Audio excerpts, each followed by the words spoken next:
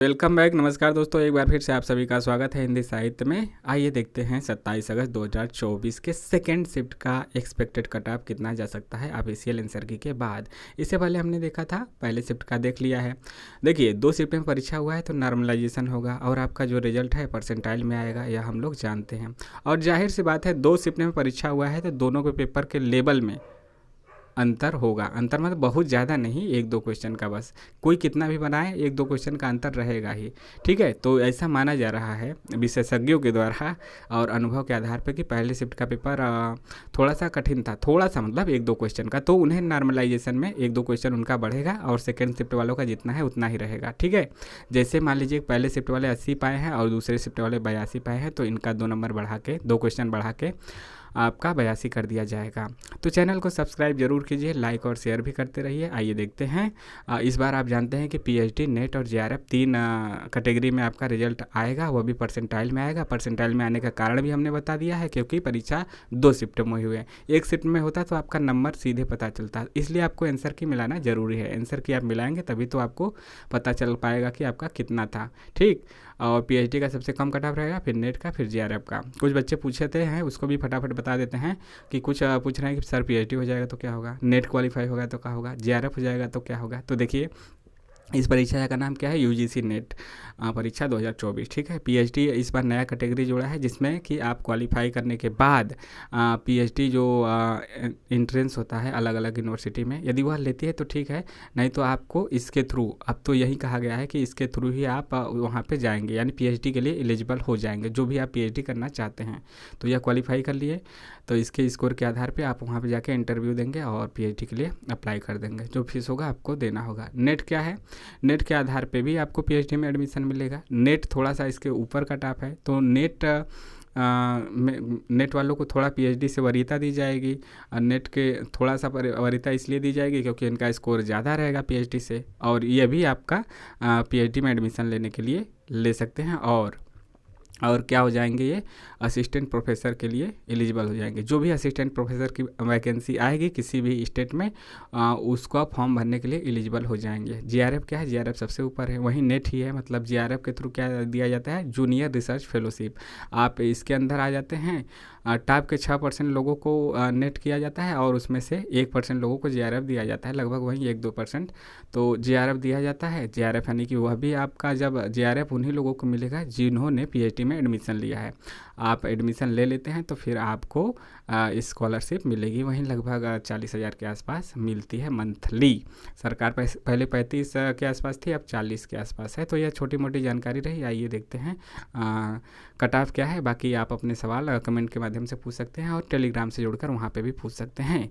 देखिए, जनरल का जो कट ऑफ है वह सेकेंड शिफ्ट का थोड़ा सा एक क्वेश्चन ज़्यादा रहेगा। यह हम 150 क्वेश्चन में बता रहे हैं। पेपर 1 और पेपर 2 दोनों में मिला के 150 क्वेश्चन है, माइनस मार्किंग नहीं होता है।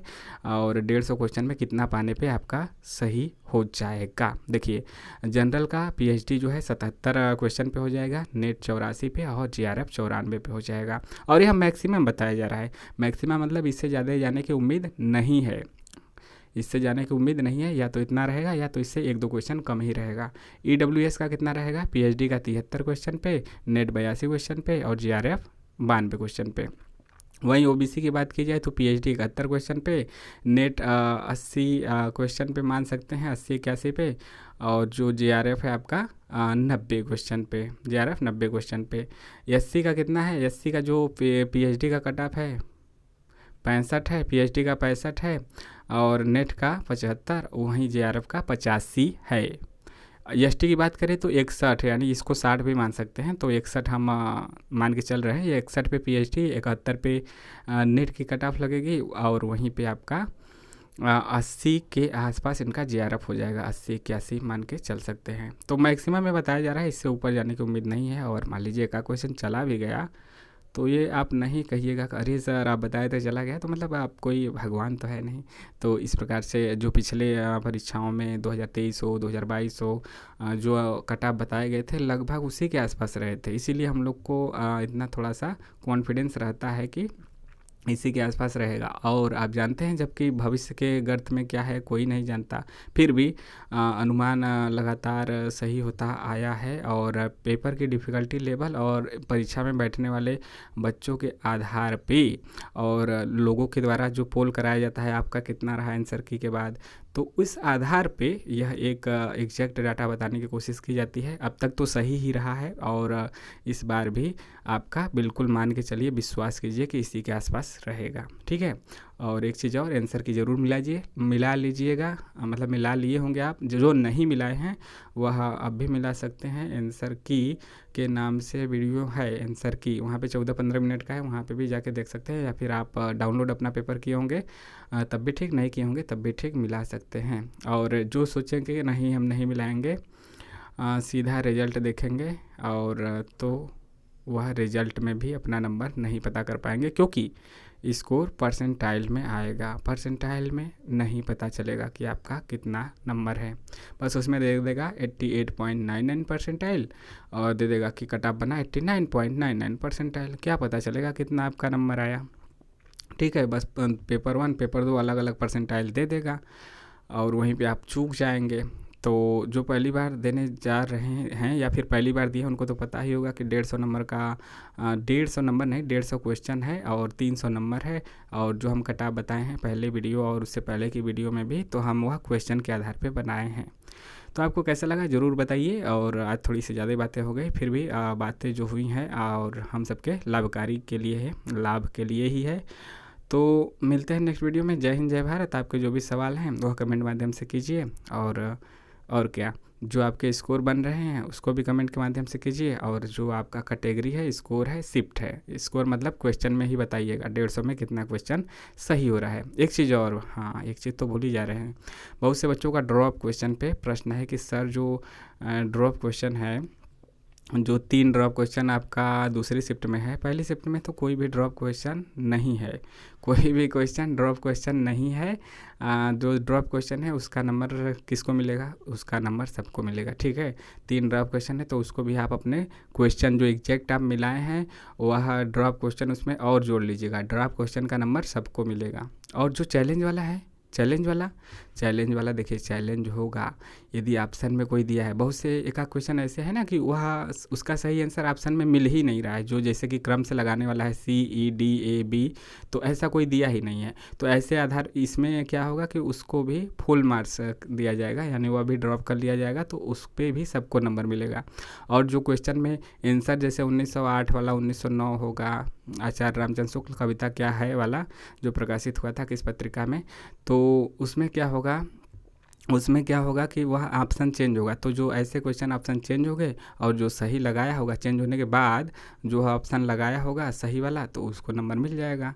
तो यदि आपको श्योर है कि आपने 1909 लगाया था, जैसे एक एग्जाम्पल है, तो वहाँ पे आपको मिल जाएगा।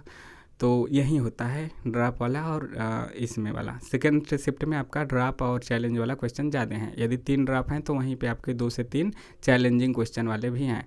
वहीं पहले शिफ्ट में कोई भी ड्रॉप क्वेश्चन नहीं है और चैलेंजिंग वाले 1-2 क्वेश्चन हैं, ठीक है। और एक चीज़ और, कुछ लोग कह रहे हैं अरे सर मेरे में जैसे कि 125 या कुछ ऐसे ही क्रम पे 2 क्वेश्चन, पहले शिफ्ट में 3 क्वेश्चन, दूसरे शिफ्ट में भी 3 क्वेश्चन, बीच में मतलब क्रम से जो सीरियल नंबर है वहाँ से ड्रॉप हुआ है, या फिर कह सकते हैं कि हाँ सीरियल नंबर। लेकिन आप मत यह सोचिएगा कि मेरे में से 2 क्वेश्चन गायब है, गायब नहीं है, वह उसका क्रम एक्चुअली में नहीं दिया है। जैसे 125 के बाद 126 देना चाहिए तो 127 दे दिया है। तो आगे आप देखेंगे तो यदि पूरा क्वेश्चन गिनेंगे तो आपका 150 क्वेश्चन ही रहेगा। तो उसमें कन्फ्यूजन मत होइएगा कि बीच में गैप कर दिया है, तो 150 क्वेश्चन है पहले शिफ्ट और दूसरे शिफ्ट दोनों में, ठीक है। तो यह कन्फ्यूजन आपका दूर हुआ। आपको कैसा लगा ज़रूर यह बताइए। चैनल को सब्सक्राइब जरूर कीजिए, लाइक और शेयर भी करते रहिए। मिलते हैं नेक्स्ट वीडियो में। जय हिंद जय भारत। आपका दिन शुभ हो और हम चाहते हैं कि आप सभी का JRF जिसका लक्ष्य है उसका JRF हो, नेट जिसका लक्ष्य है नेट हो। यह क्या बात हुई? अरे सर सबका JRF ही लक्ष्य होता है, नहीं, कुछ लोग का ये जो जिनका निकल चुका है उनका लक्ष्य तो नेट ही होगा, ठीक। तो सभी अपने लक्ष्य की प्राप्ति करें, ऐसी मैं कामना करता हूँ। नमस्कार।